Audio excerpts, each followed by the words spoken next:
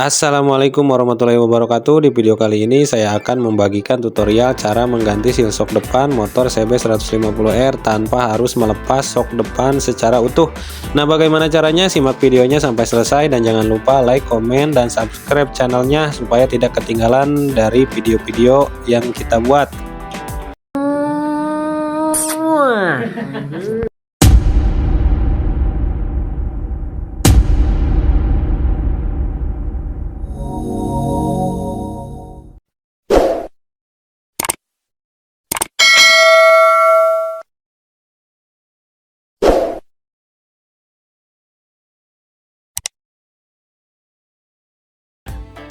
Oke, sedikit informasi, shock breaker depan yang rembes atau bocor biasanya disebabkan oleh seal yang rusak atau aus. Seal ini berfungsi menahan oli shock tetap berada di dalam tabung shock breaker. Selain karena usia, seal juga bisa rusak karena terpapar debu, kotoran, atau bahkan air hujan saat sepeda motor kita kendarai.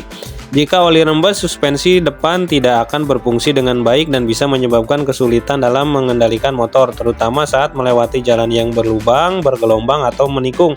Sedikit tips agar seal shock depan awet, teman-teman harus membiasakan membersihkan shock depan, terutama di bagian as shock breaker setiap sehabis menggunakan motor, yang bertujuan agar kotoran tidak merusak seal dan si as shock breaker itu sendiri.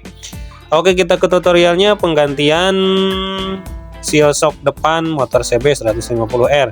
Pertama-tama teman-teman lepas ban depan dari shock breaker, tahan sepeda motor menggunakan dongkrak, lalu lepas baut spakbor depan menggunakan kunci T8 dan L5, serta lepaskan dudukan spakbor depannya. Lepaskan juga kaliper rem depan dari shock breaker menggunakan kunci L bintang, lalu longgarkan terlebih dahulu baut penahan bottom bawah shock breaker menggunakan kunci L6. Kalau agak susah, teman-teman bisa mengetuk-ngetuk atau memukul terlebih dahulu menggunakan palu dan kunci T di bagian bawah baut L6-nya supaya baut gampang lepas. Kalau sudah longgar, lepaskan stang kemudi lalu lepas baut atas shock breaker menggunakan kunci 17 ring. Setelah lepas baut atasnya, lalu lepas juga baut tabung bottom shock yang sudah dilonggarkan tadi. Jangan lupa sediakan wadah untuk menampung sisa oli shock bekasnya. Dan hati-hati untuk motor sport, biasanya ada bos pengunci atau penahan sulingan, jangan sampai hilang teman-teman. Bersihkan terlebih dahulu bottom shock breaker bagian bawah dari oli shock bekas menggunakan bensin atau cairan pembersih spare part yang biasa digunakan untuk membersihkan spare part teman-teman. Nah, kalau sudah bersih, kita bongkar seal debunya terlebih dahulu. Kita congkel saja secara hati-hati, jangan merusak bottom, dan di dalamnya itu ada klip pengunci, dan klipnya juga kita lepas. Congkel saja pakai obeng min, gampang. Nah, kita lepas seal shocknya pakai kunci T saja biar gampang, lakukan secara hati-hati, jangan sampai merusak bottom. Nah, kalau teman-teman punya tracker, bisa pakai tracker untuk membuka seal shock depannya. Kalau sudah, kita lakukan kembali pembersihan di area seal shock dan amplas sedikit permukaan dudukan seal shocknya menggunakan amplas halus supaya permukaan dudukan seal shocknya rata, tidak ada kotoran yang menempel, agar nanti pada saat dilakukan pemasangan seal shock yang baru masuknya gampang dan meminimalisir seal baru rusak atau cacat teman-teman. Nah, kalau sudah bersih, tinggal pasang seal shock baru. Kita pakai yang ori, lalu pukul seal menggunakan palu dengan cara seal yang baru ditimpa pakai seal yang bekas.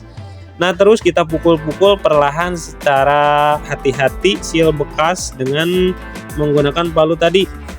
Kalau sudah, tinggal pasang klip pengunci dan pasang seal debunya teman-teman.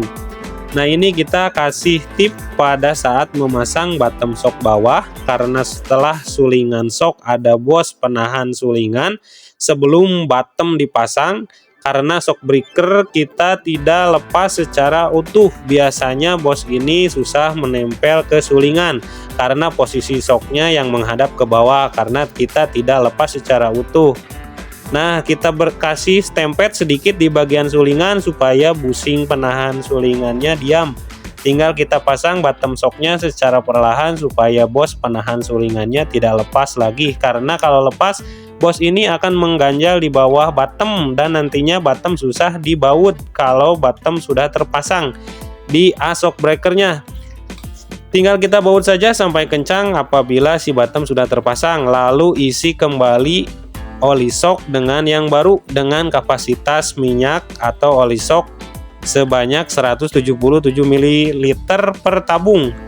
Terakhir, kita kencangkan baut tutup bagian atas shock breaker dan pasang kembali stang kemudi, lalu pasang kembali spakbor dengan kaliper rem depan dan juga roda depannya. Lakukan pengencangan secara hati-hati dan juga jangan terlalu kencang. Pastikan baut-baut kencang dan jangan lupa cek kembali baut-baut yang tadi kita longgarkan dan kita lepas untuk menghindari kejadian yang tidak kita inginkan. Nah, untuk teman-teman, video ini dibuat hanya sekedar informasi dan edukasi kepada penonton tentang cara bongkar pasang dengan menggunakan alat yang tidak terlalu banyak dan juga yang terpenting tidak merusak dan hasilnya maksimal, konsumen puas. Terima kasih. Wassalamualaikum warahmatullahi wabarakatuh.